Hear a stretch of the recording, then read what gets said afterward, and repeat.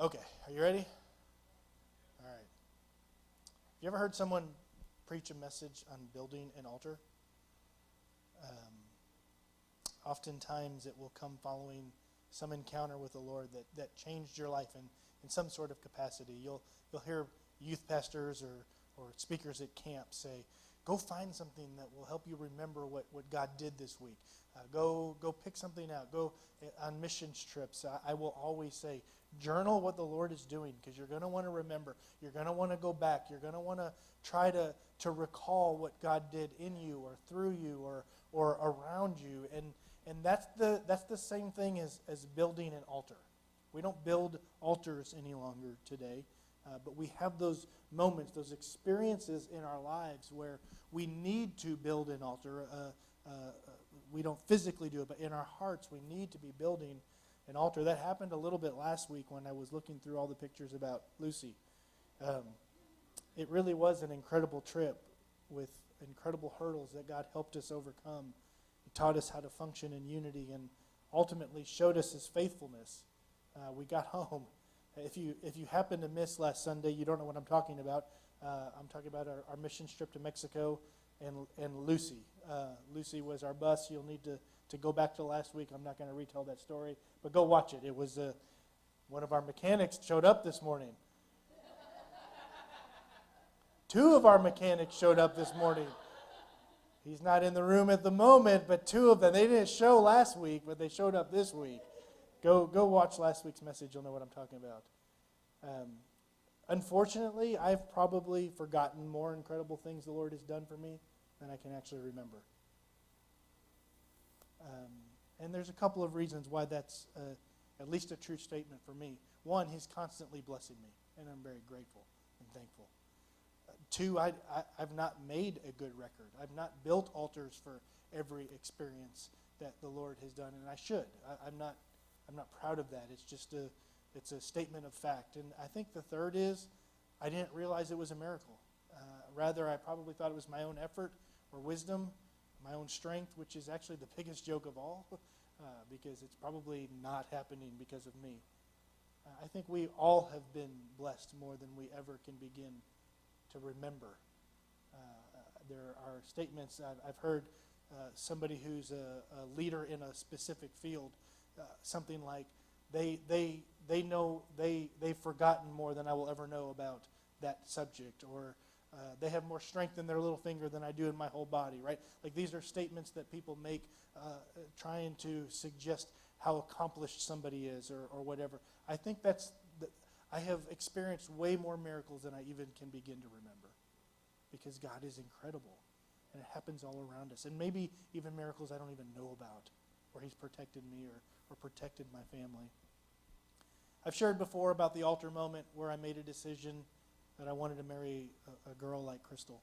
And when that opportunity presented itself to date and marry her, I wasn't going to let it go. I've shared before about the altar moment where a youth pastor spoke a prophetic word of God over me, and I was called into full-time ministry. I've shared before the altar moment where God spoke clearly and directly to me that we were supposed to engage the process of adopting TJ. I've shared before the altar moment where God gave me the names of our boys and why He wanted me to name our boys those particular names. For those who have not heard any of those altar moments, keep attending Grace. I tend to share stories multiple times. You'll get your chance. Today's message isn't about those altar moments. It's not about resharing something that I've shared before. This morning I want to share a moment in my life where when I actually built the altar to the Lord, it was about my family and getting some things right in my family. It was uncomfortable, it was difficult, and it had to do some personal digging. However, in the end, when I wrestled with the Lord, and I don't know that I actually wrestled with the Lord as much as I wrestled with myself, the Lord won. And I walk differently today as a result, and that's a reference to Jacob. But I have an altar to go back to and worship the Lord. So here's this altar. I was preaching to the youth a number of years ago, and I made some statement that I shouldn't have made. It was a well-intended statement. It was a statement that was meant to show my passion, my dedication, and my commitment to the Lord. And it also caused my wife to not talk to me for probably a week or maybe longer. To this day, I honestly don't know what I said, but I know what she heard. She heard me say that I love the Lord so much I would put ministry before my family. And to be honest, back then I actually probably believed something like that and maybe even said those exact words because my life would have suggested that this was a true statement. It also sounds really spiritual, like it might even be Bible. It's not, by the way. Ministry is not supposed to come before family. I like to consider myself a hard worker. I like to consider myself someone you can count on to get the job done. I like to consider myself someone who will do whatever it takes.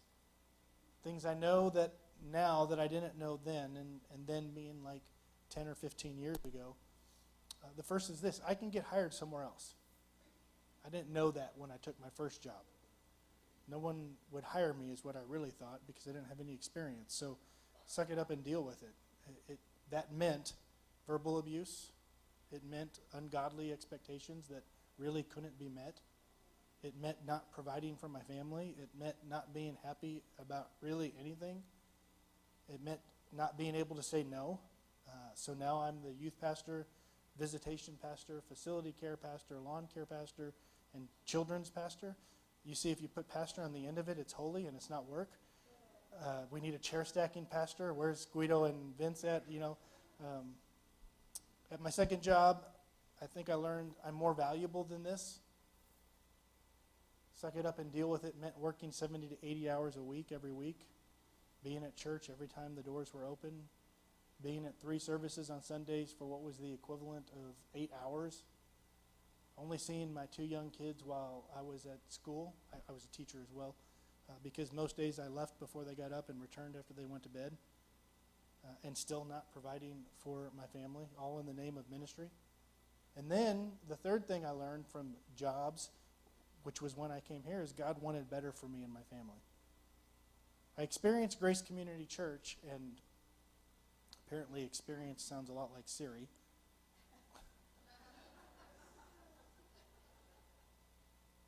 And I didn't know what to do.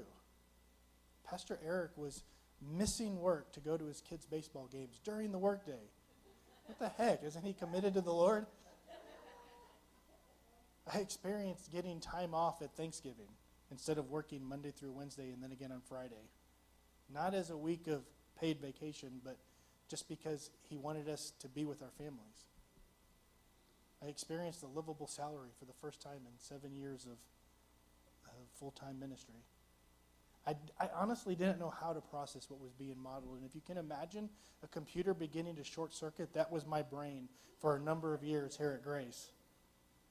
I never experienced anything like it. A healthy church with a healthy work environment. It was more about loving people than it was about growing to the biggest and best church around. What's that even about? So we had been at Grace for a number of years, and then I made the statement I referenced earlier about work, ministry, family, and God. You know, the statement that made Crystal upset with me. I genuinely don't remember, and Crystal probably does, but I didn't want to make her mad at me again, so I didn't tell her I was telling this story till now. I made this statement and thought it was a really great and inspiring youth service. We went home and something was different. It was quiet, very quiet. And every husband in the room knows what kind of quiet I'm talking about. It's the kind of quiet that leads to short and succinct sentences made up only of accomplishing the tasks to run the house. Me thinking this is probably something one of the kids did. I tried to do my own investigation as to which kid needed to be beat. Crickets. Me thinking this is maybe something one of her friends or family members did, and she just didn't want to uncover them. She'd be fine the next day. Crickets. Me asking, did I do something the following day? Crickets. It's one of those, if you have to ask. Now, before anybody thinks I'm being mean or attempting to uncover some horrible injustice that Crystal did to me, it's really not the point. nor did I think she was mistreating me. I had messed up, and she needed to get my attention. It was a couple of days before I knew what I did. It was a couple of more days before I could understand why it hurt her. And it was a couple of more days before I understood why it was wrong. I'm not a quick learner. It's part of the reason I only have an honorary doctorate. If you were in Cuba, you know what I'm referencing. As a result of this encounter, today family is second. God is first, family is second, and ministry and work are third. There's a difference between ministry and work for me, just as there is for you, by the way. I know my job happens to be pastor, but everything I do is not ministry. I do have a job. There are paid expectations that have been placed upon me that if I don't meet, I can justifiably be fired, right? Like, this is how it works. You have a job, there's expectations that are placed upon you, and if you don't meet them, well, there's a problem. Then there's ministry, and there's two different things. There are things that I do because I love the Lord and I follow the Lord. There's things I do because I love the Lord and it's my job and I want to get paid. It's just how all of us live our lives. It's a little harder to delineate when your job is pastor. Everything seems like it's ministry, but it's not. Some still don't understand when I'm unavailable or unable to meet their present need. But I had to learn I'm not actually their need meter. God is. And if they or anyone else is attempting to substitute me for God, then we or they have a serious problem. My nature is to be a people pleaser, so I would rescue and help with anything in spite of the damage it was doing to my family. And God reminded me I'm not the need meter. So what does it look like for Grace? I give the staff time off all the time. They are asked to be with their family very often, and it never costs them their quote-unquote vacation time.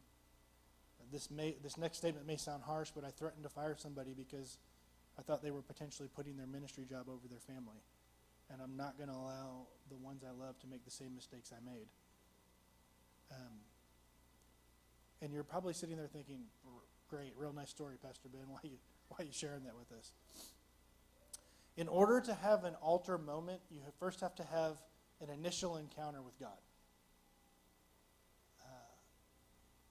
We have to recognize that it is actually an encounter with God. And then we have to make note and remember what God taught us in that moment. That experience caused me to have an altar moment that I have laid before the Lord. We must do something to remember our experience and the lesson with the Lord. In Scripture, it looked like building an altar. This very genuine and noble comment was misguided and unbiblical. And it led to me having one of those build an altar experiences. So fast forward to 2 years ago, I'm exhausted, frustrated, and kind of tired of ministry. And many of you will have heard this portion. I don't know that anybody's heard the first part of this story. I go to a meeting, the leader of the meeting asks, is the Lord's yoke easy and is his burden light, as Scripture declares in Matthew? And I, fighting back tears internally, answer no. He goes on to say, if the Lord's yoke isn't easy and his burden isn't light, something is wrong and it isn't him. So we talk for the next 2 days about Sabbath and Sabbath rest and the need to honor the Lord first. And what I realized was I had been working so hard to balance God first, family second, and ministry third that I actually had made family first, ministry second, and God third, unintentionally. It was there I remembered the interaction with Crystal, or I guess I should say lack of interaction with Crystal. It was there I remembered my first 2 jobs and now my current job. It was there I remembered and rebuilt an altar to the Lord of God first, family second, and ministry third. So to build an altar, you must first have an experience. To rebuild an altar means something has transpired to where the act of worship isn't happening around that, or you're not remembering that thing. And so I needed to rebuild an altar in my life. Now, believe it or not, there is actually Bible I'm going to share with you this morning. The first is this. We are the living sacrifice now. So it must be clearly understood. We no longer have to worship at an altar. Everybody needs to know that. You don't have to come to the front to give your life to the Lord. You don't have to be like at these steps that we call an altar. They're actually just steps onto a stage. But the church has Christianized everything, and we have Christianese for the altar. There's nothing more holy about this than riding in your car and saying, Jesus, I need you. Or in your bathroom in a moment of desperation. This is not holy. This is just concrete with some carpet on it. That's all it is. You are now the sacrifice. You are now the temple of the Lord, and He's looking for your heart. He's looking for you to dedicate yourselves to the Lord. It says in Romans 12:1, I beseech you, therefore, brethren, by the mercies of God, that you present your bodies as a living sacrifice, holy and acceptable to God, which is your reasonable service. And do not be conformed to this world, but be transformed by the renewing of your mind, that you may prove what is the good and acceptable and perfect will of God.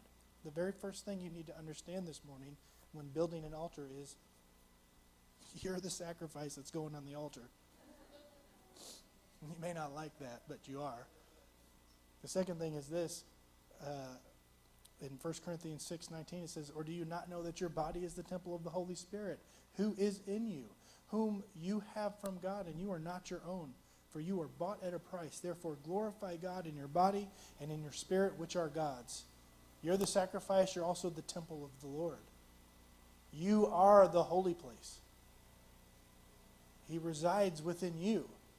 This isn't holy. This building isn't holy. 3789 Thompson Road, formerly known as North Creek Church, is not holy.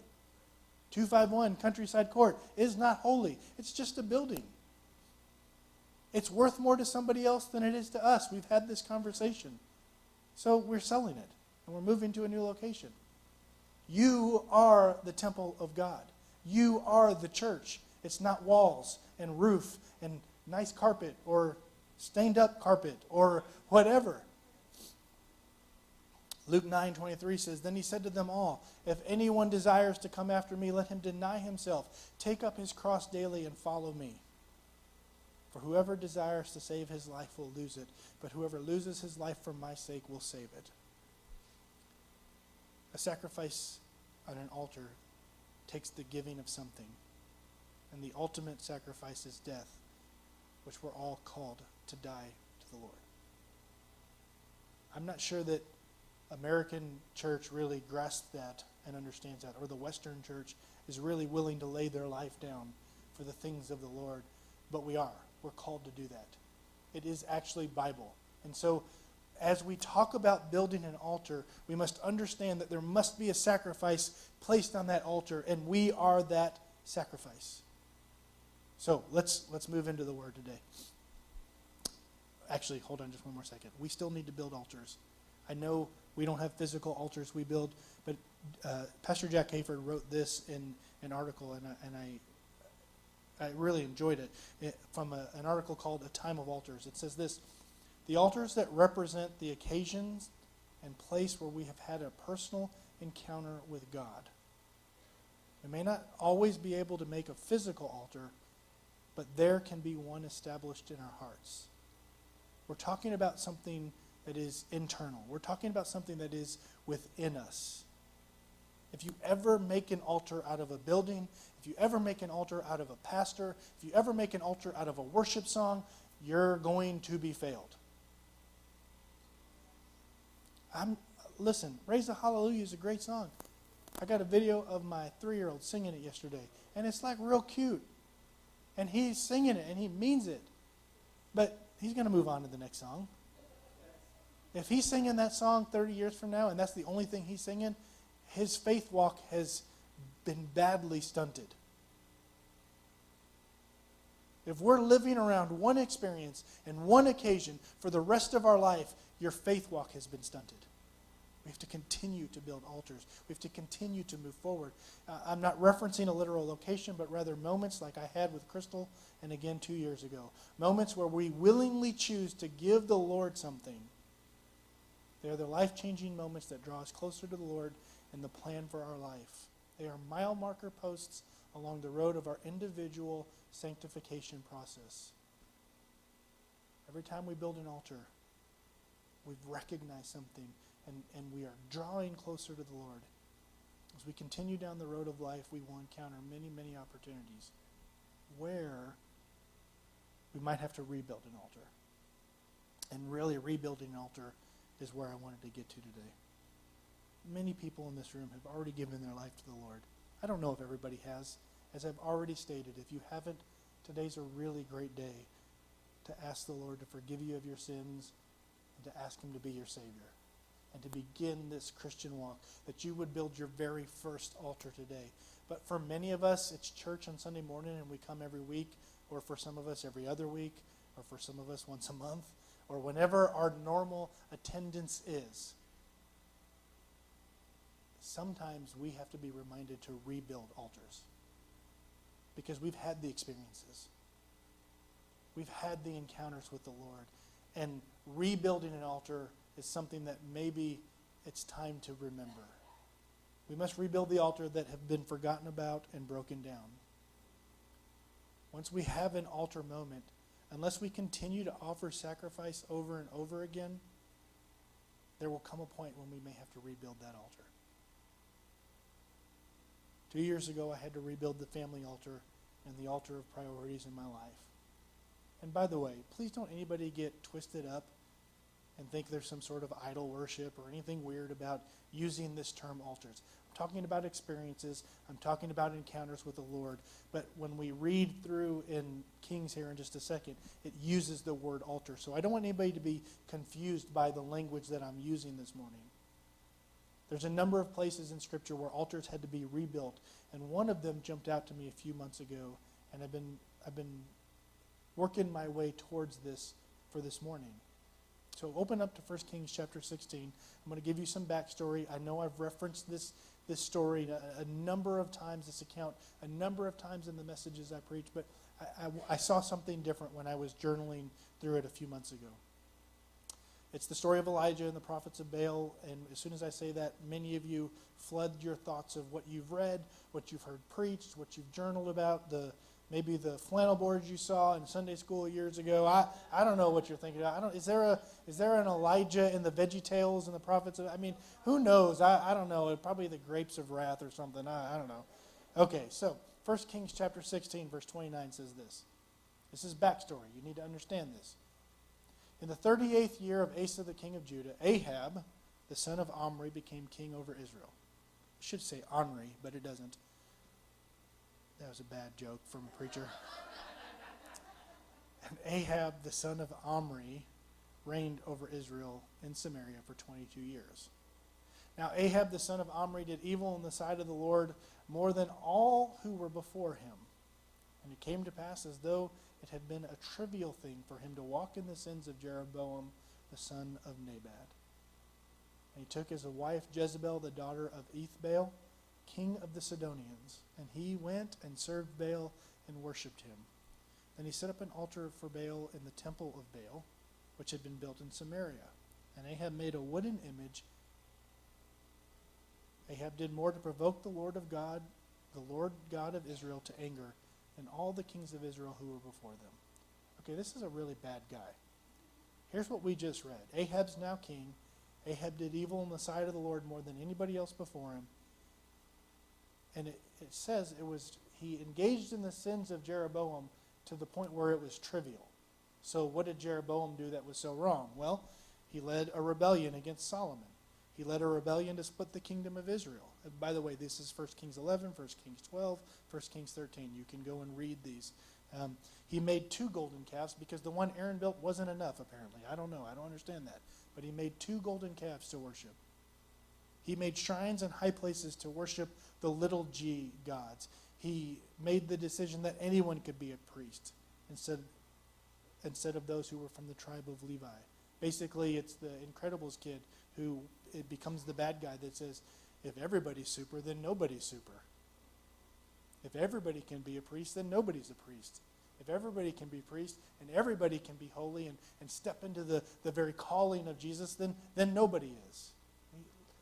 Jeroboam just made the decision. You can be a king. You can be a priest. You can be a priest. He's just going through the whole thing. He tried to arrest the prophets of the Lord for his prophetic word against him and against his kingdom. And when he stretched out his hand and pointed at him, his hand withered to the point where he couldn't pull it back. But wait, if you act now, there was so much more you can read about in 1 Kings 11 through 14. Ahab married Jezebel.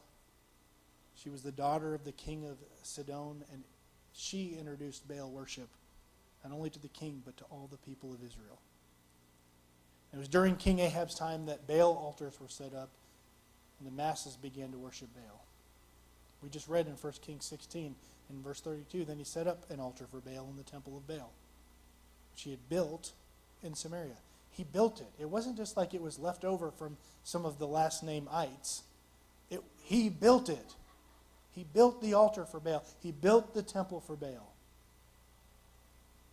As a result of the sin of Ahab and Jezebel and the people of Israel following their leader, side note, you should know who you're following, Elijah prophesied there would be no rain, and for 3 years there was no rain.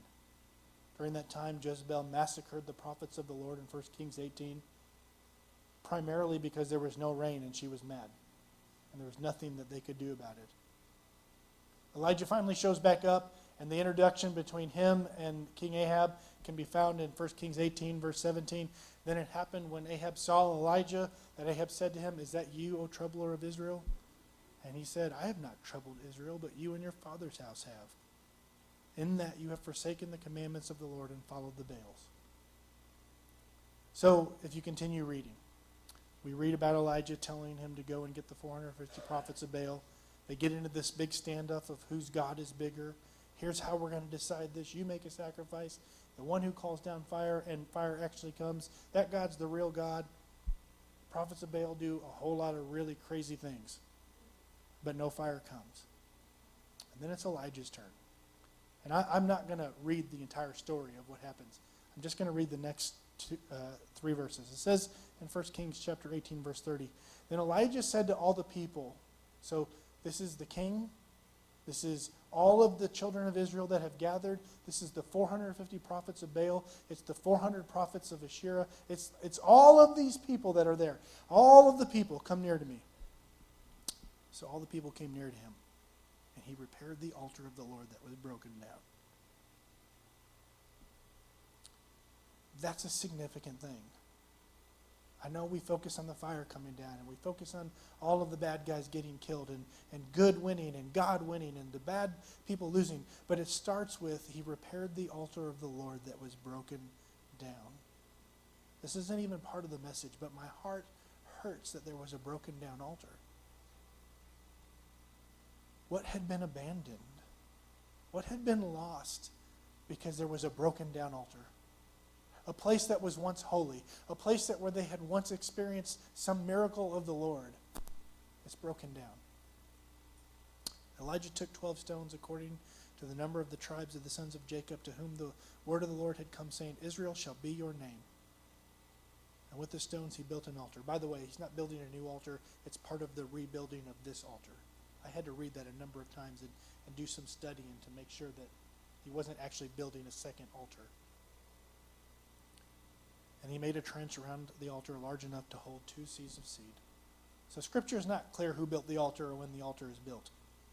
But what we do know, it was during the reign of these evil kings that it was worn down, torn down, and dilapidated because of a lack of use and priority. Elijah didn't need to build a new altar.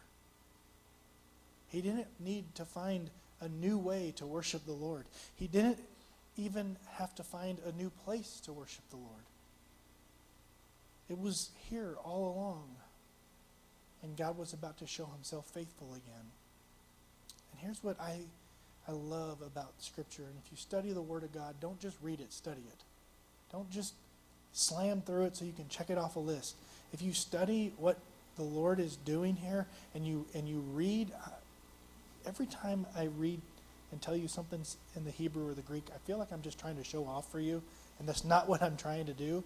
But in this instance, the word repaired in the Hebrew is the word Rapha. And for those who know, that means healer. And the way it's specifically used here is Jehovah Rapha, God our healer. So Elijah is rebuilding the altar, and what he's saying is God is our healer. The land is healed by God. What's transpiring is healed by God. God is our healer.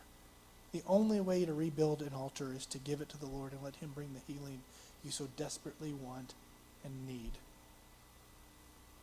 I needed healing really bad in my theology of priority and my significance. I needed healing in my family and didn't even know I needed healing in my family. But I couldn't do it. I couldn't work hard enough. I couldn't even see that I needed healing. God had to bring the healing. God had to restore.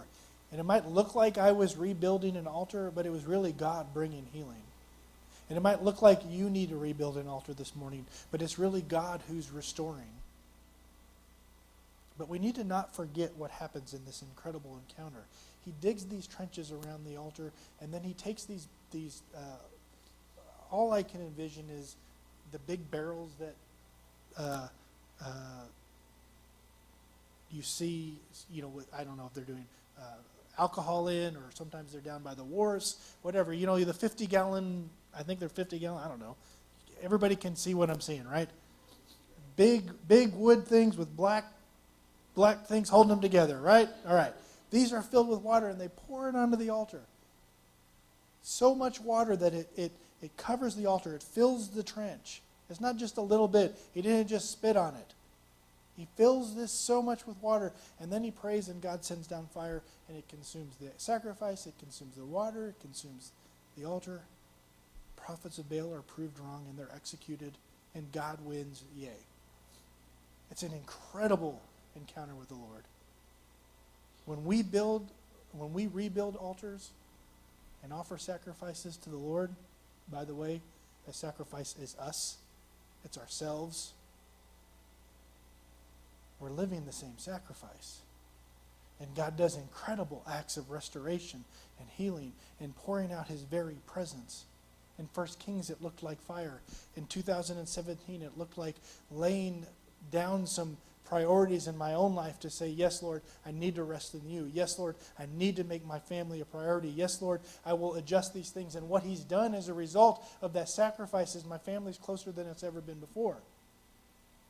There's a healthy balance in what is ministry. And there's a grace when I do have to step away for something, because they understand that there are times that my job does call me to do things. But because I've made my family second instead of third, all of a sudden everything changes. But it's all a result of offering something as a sacrifice and building, or in that instance, rebuilding an altar. You have the ability to have the same healing from the same God called Jehovah Rapha, our healer. You just have to build an altar, or maybe rebuild an altar in your life.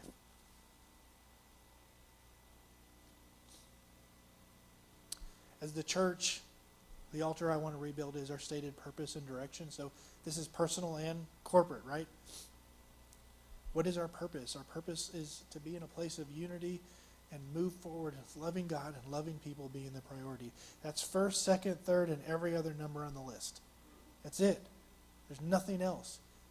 It's going to look differently for each of us. But the stated goal, the stated altar where we worship the Lord, is what he's asked us to do. We love him, and we love those that we come in contact with. And it looks like being willing to connect.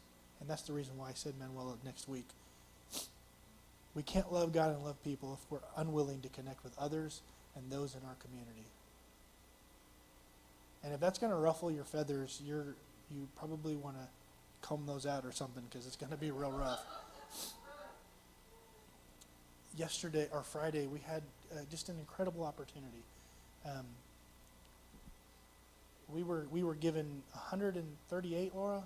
138 backpacks and 2 boxes of supplies, and then how many empty backpacks? Okay, so just somewhere around 150 backpacks and a bunch of supplies. And we went over to Fossil Creek, and we walked in, and I told the team that was going with us, we're going there first because we know Joanna and we'll at least be welcomed. So we went into Fossil Ridge. Fossil Creek was the name of the church before. I apologize. They changed it from Fossil Creek to North Creek, next to Fossil Ridge High School. We'll get it all figured out in the end. Who's on first? Okay, so we walk in and we're carrying backpacks, and it's me and Crystal and David and Kara and Laura and TJ's carrying a backpack, and Samantha and Amy and Jonathan, and we're all carrying backpacks. And again, Joanna knows us. She loves most of us, and she welcomed us in. And we just come in. There's no strings attached. We just want to bless you. We hope that this will minister to kids. You don't need to tell them they're from us, but here's a card that we gave to Joanna to give to those who ever need something. Really quick. High school's crazy busy, and we leave. We take a picture and we leave, because you got to document everything, right? At least in today's world. So then we go next door to the elementary school, and they don't know we're coming. Well, Joanna didn't know we were coming, but again, she kind of likes us, so we knew she'd let us in.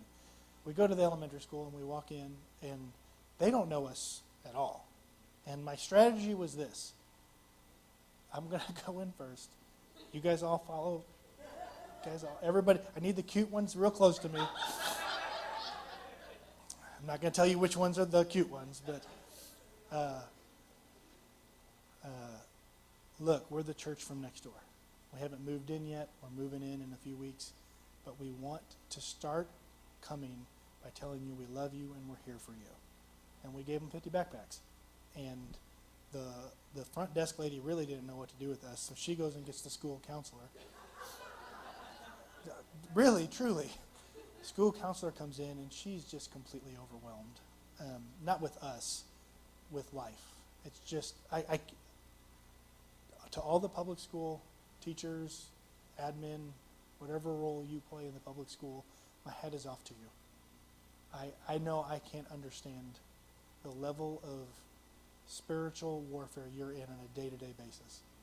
And if you don't know Jesus and you're working in the public school system, I'm not sure how you survive. And that's not bashing the public school system.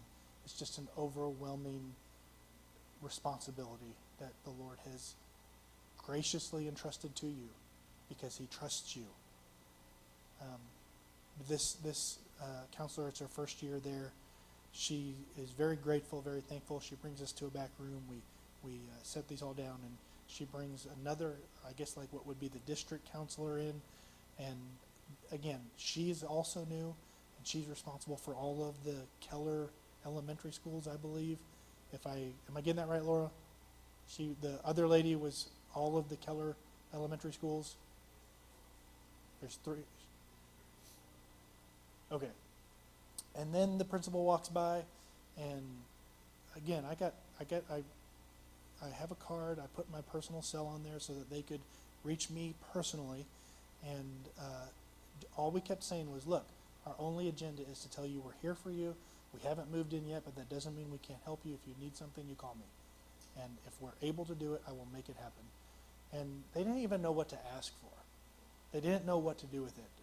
The principal texted me later that evening, which I was very surprised, saying she hoped that this would be a long opportunity we would be able to collaborate for a long time moving forward. I shared these things with you because we're going to connect to our community. This is going to happen, and you need to understand I'm either leading you there or dragging you there, one or the other, but this is what we're called to do. This is who we're supposed to be. If you're doing anything else, you're not doing it right. I love you, but you're not. Loving God and loving people is what Jesus said we're supposed to do. And so it's going to look different for each person and in each person's context. And you don't have to do it the way I'm doing it or the way we might be doing it as a corporate entity, but you have to be doing it. And I'm rebuilding that altar. I'm rebuilding that altar for us as a church body. This is important. We're going to connect. We're going to spend a few weeks talking about what it means to connect. But the message is not just about that. What altar in your life has been broken down because of time, because of bad experiences, because you intentionally broke it down because something just didn't go right. Whatever the reason, you know the altar I'm talking about right now. Because God's been pricking your heart all morning with it. You know what it is. I can't say it because I don't know what it is. But there's something in your life that needs to be rebuilt. And I'm asking you this morning, are you willing to rebuild it and lay the sacrifice down again? Because guess what? God didn't need a new altar. He needed to heal the old altar. And I don't care what your age is in this room, young or old. He's not looking for somebody new. He's looking for you. He's not done with you yet, or you would be in heaven. He has something in store for each one of you, but you have to be willing to rebuild that altar. He wants to heal the old altar. He doesn't want to throw it away. He doesn't want to leave it broken and worn down and dilapidated. He wants to strengthen and equip you to offer a new sacrifice. You're not done. Your job doesn't dictate who you are. Your past sins don't dictate who you are. If you've lived this horrible life up until this point, God is in charge of your future. Build the altar or rebuild the altar. He's not done with you. He's not given up on you. Even if you've given up on him, he's not given up on you. He wants to bring healing in you, and he wants to do incredible things. But you have to be willing to become a living sacrifice for him. And if you are, be prepared for the incredible. Fire can be called down. Thumb drives can be multiplied. People can be saved. Broken feet can be healed. James 4 says, therefore submit to God, resist the devil, and he will flee from you. Draw near to God, and he will draw near to you. Cleanse your hands, you sinners, and purify your hearts, you double-minded.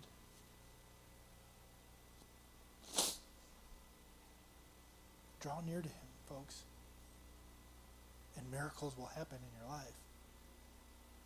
I'm ready for God to draw near because it's there where you will find peace. It's there where you will find provision. It's there where he will meet your needs. If the worship team would come, rebuilding an altar is a very private thing. It doesn't need others to get involved. You don't need me to help build your altar or rebuild your altar. We're going to close this morning with worship. And if